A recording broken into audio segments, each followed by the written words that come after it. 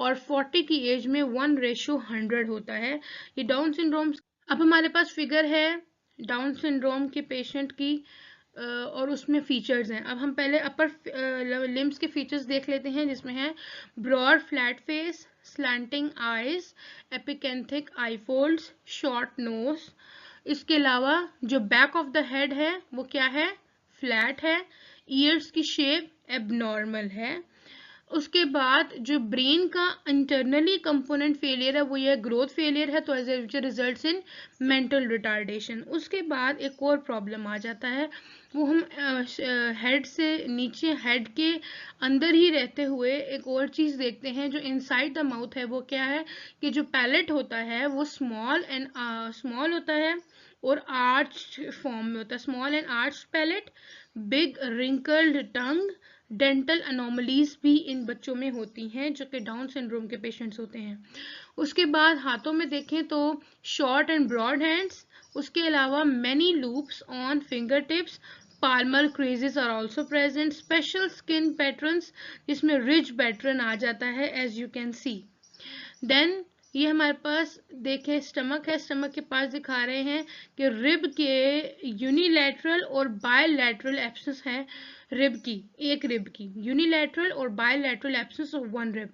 Then heart में क्या हो सकता है, congenital heart disease. Then colon में एनलार्ज्ड कॉलन। इंटेस्टाइन के अंदर हो सकती है इंटेस्टाइनल ब्लॉकेज। हर्निएशन हो सकती है which is umbilical hernia. Then pelvic area जो है वो एबनॉर्मल होता है, abnormal pelvis. Muscle tone diminished होगी, जो बच्चे का टो होगा वो बिग होगा और वाइडली स्पेस्ड होंगे, बिग टोज वाइडली स्पेस्ड। तो ये सारे फीचर्स आप अच्छी तरह याद रखिए कि हमारे पास ये होंगे ट्राइसोमी सिंड्रोम यानी डाउन सिंड्रोम जो पेशेंट होगा उसके।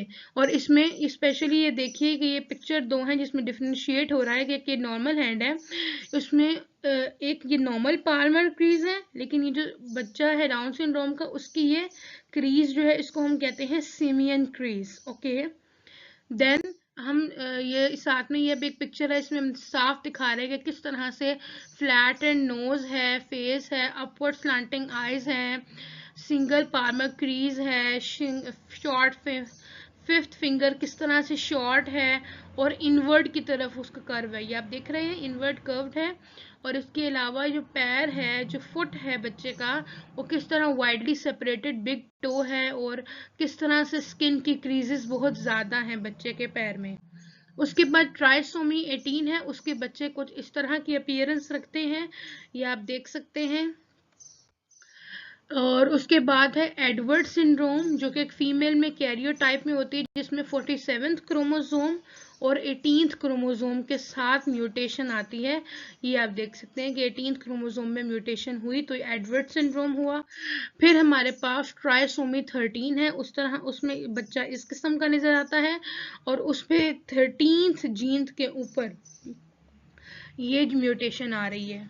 उसके बाद हम देखते हैं क्लिनफेल्टर सिंड्रोम। जो क्लिनफेल्टर सिंड्रोम है उसमें 47th क्रोमोसोम्स होते हैं, XXY and a 6 chromatin bar body. और ये भी कह सकते हैं कि 48 क्रोमोसोम, XXY। वजह क्या है क्लिनफेल्टर सिंड्रोम की, that it's non disjunction of XX homologue chromosome.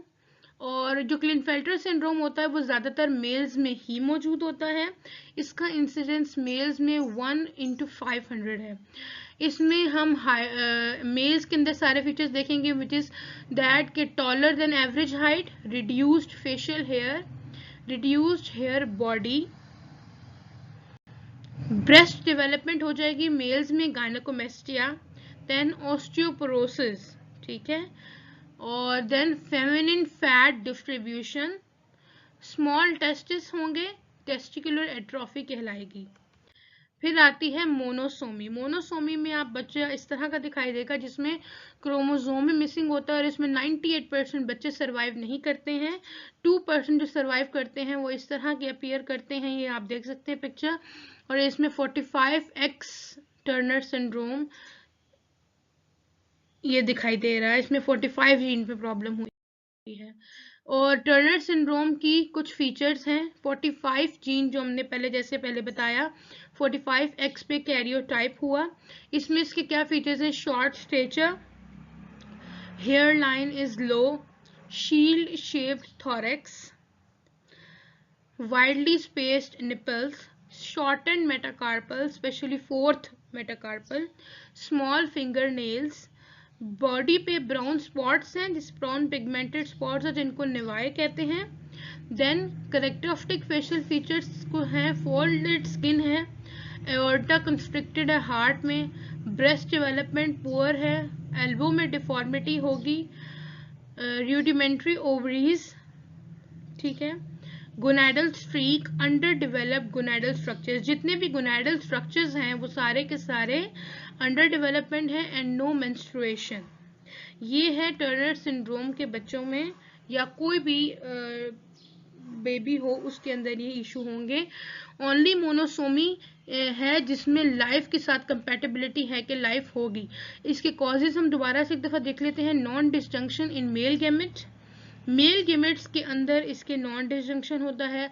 Structural abnormality कहाँ पे आ रही है? एक्स क्रोमोसोम में, और ये माइटोटिक नॉन डिसजंक्शन है 45X karyotype. Structural abnormalities, chromosomes breaks occur either as a result of damage to DNA by radiation or chemicals, for example as a part of the mechanism of recombination. The total number of chromosomes is usually normal. When a part of chromosome is missing, a part of chromosome is missing, a part of chromosome is extra, or a part has switched places with another, ultimately this leads to having too much or too little genetic material which is a cause of some birth defect. So basically ये paragraph जो है वो ये explain कर रहा है कि बाज़ या तो क्रोमोसोम का कोई पार्ट मिसिंग होता है या एक्स्ट्रा होता है या वो स्विच कर जाता है अपनी जगह, या फिर क्या होता है कि वो थोड़ा बहुत या बहुत ज़्यादा जेनेटिक मटेरियल जो है वो एक्सचेंज होता है, जिसके रिजल्ट में बर्थ डिफेक्ट्स क्रिएट हो जाते हैं। इसी तरह कुछ सेल्स होते हैं, उनके एंजाइम सिस्टम्स होते हैं जो रिकॉग्नाइज करते हैं, और पॉसिबल होता है तो रिपेयर भी हो जाते हैं broken chromosome ends. Cell cycle का जो चेक पॉइंट मैकेनिज्म है नॉर्मली वो सेल्स को प्रिवेंट करता है और उनको अनरिपेयर्ड क्रोमोसोम्स में को माइटोसिस से जाने से बचाता है, और अगर डैमेज को रिपेयर नहीं कर पाता तो सेल्स सुसाइड कमिट करते हैं, और इसको हम एपोप्टोसिस कहते हैं, इसमें सेल जो है वो खुद को खा जाता है। ठीक है। स्ट्रक्चरल एबनॉर्मेलिटीज कब होती हैं? स्ट्रक्चरल एबनॉर्मेलिटीज तब होती हैं जब क्रोमोसोमल ब्रेक्स जो हैं वो इनकरेक्टली रिपेयर हो, रिपेयर तो हो गए पर इनकरेक्टली रिपेयर हुए, जिसमें हमारे पास डाउन सिंड्रोम है जिसमें रेसिप्रोकल ट्रांसलोकेशन आ जाती है। इसी तरह हमारे पास एक है क्रीडियो-चाइल्ड सिंड्रोम। क्रीडियो-चाइल्ड सिंड्रोम में हमारे पास 5th क्रोमोसोम की शॉर्ट आर्म रह जाती है, और उसकी वजह होती है टर्मिनल डिलीशन। डिलीशन क्या है? इट इज मीन्स कि सम टाइम कि या तो क्रोमोसोम मिसिंग है या डिलीट हो गया है। So a very small piece of chromosome can some contain a very small piece of chromosome can contain many different genes. So जब genes missing होती हैं तो instructions missing होती हैं, instructions missing होंगी तो as a result क्या होगा कि बेबी की डेवलपमेंट में डिफरेंट एरर्स आ जाते हैं। फिर हमारे पास एक क्रीडियो-चाइल्ड सिंड्रोम है, ये आप देख सकते हो फिगर, जिसमें ये क्रोमोसोम का पार्ट ही डिलीट हो गया। जब 5th पेयर डिलीट हुआ तो एज अ रिजल्ट क्या हुआ? हाई पिच्ड क्राई हुई पेशेंट की, poor muscle tone, a small head size, low birth weight and mental retardation। ये फीचर्स होंगे क्रीडियो-चाइल्ड सिंड्रोम के बच्चे के जिसके 5th क्रोमोसोम पेयर की डिलीशन हो गई है। स्ट्रक्चरल एबनॉर्मेलिटीज में हम कहते हैं समटाइम क्या होता है क्रोमोसोम्स रिंग के फॉर्म में आ जाते हैं, और उनको हम पे टर्नर सिंड्रोम और ट्राइसोमी 18 कहते हैं। इसके बाद आता है एंजल्स मैन सिंड्रोम। जो एंजल मैन सिंड्रोम है वो उसमें माइक्रो डिलीशन होती है ऑन 15th क्रोमोसोम, वो भी लॉन्ग आर्म पे, जिसे हम मैटरनल क्रोमोसोम कहते हैं। याद रखना है जो 15th क्रोमोसोम होगा वो मैटरनल क्रोमोसोम होगा। इसमें पेशेंट जो है वो मेंटली रिटार्डेड होता है, बोल नहीं सकता, और इसके अलावा अगर वो हंसना शुरू करता है so he has prolonged periods of laughter, so he has Angelman syndrome. Willi syndrome. Prader-Willi syndrome में है microdeletion which occurs on the long arm of chromosome 15 on paternal chromosome. इसमें आ जाते हैं features obesity, mental retardation, hypogonadism, cryptorchidism, और ये ऐसी appearance होगी इस बच्चे की जिसको Prader-Willi syndrome होगा। उसके बाद है फ्रेजाइल एक्स सिंड्रोम। इसमें एक्स जीन के ऊपर एक्स क्रोमोसोम के इफेक्ट होगा XQ27, ठीक है। इसमें क्रोमोसोम्स बहुत फ्रेजाइल होते हैं। एक जेनेटिक डिसऑर्डर है जिसमें जो लॉन्ग आर्म होती है एक्स क्रोमोसोम की वो वीकनेस की वजह से ब्रेक हो जाती है। उसमें फादर्स जो हैं वो मेनली कैरियर्स होते हैं और ये जीन बच्चियों में यानी सिर्फ डॉटर्स में ये पास ऑन होती है and it is one of the most common inherited cause of learning disabilities and mental retardations known to exist. और ऐसा जो है वो फादर से कैरियर में होता है जब क्रोमोसोम एक कैरियर जो है वो वीक होता है, ठीक है। क्रोमोसोम वीक होता है एक्स कैरियर, वाई जो होता है फादर की तरफ से जो कैरियर्स है, तो उसमें पे बच्चे के अंदर इन लर्निंग डिसेबिलिटीज आती हैं और मेंटल रिटार्डेशन होती है।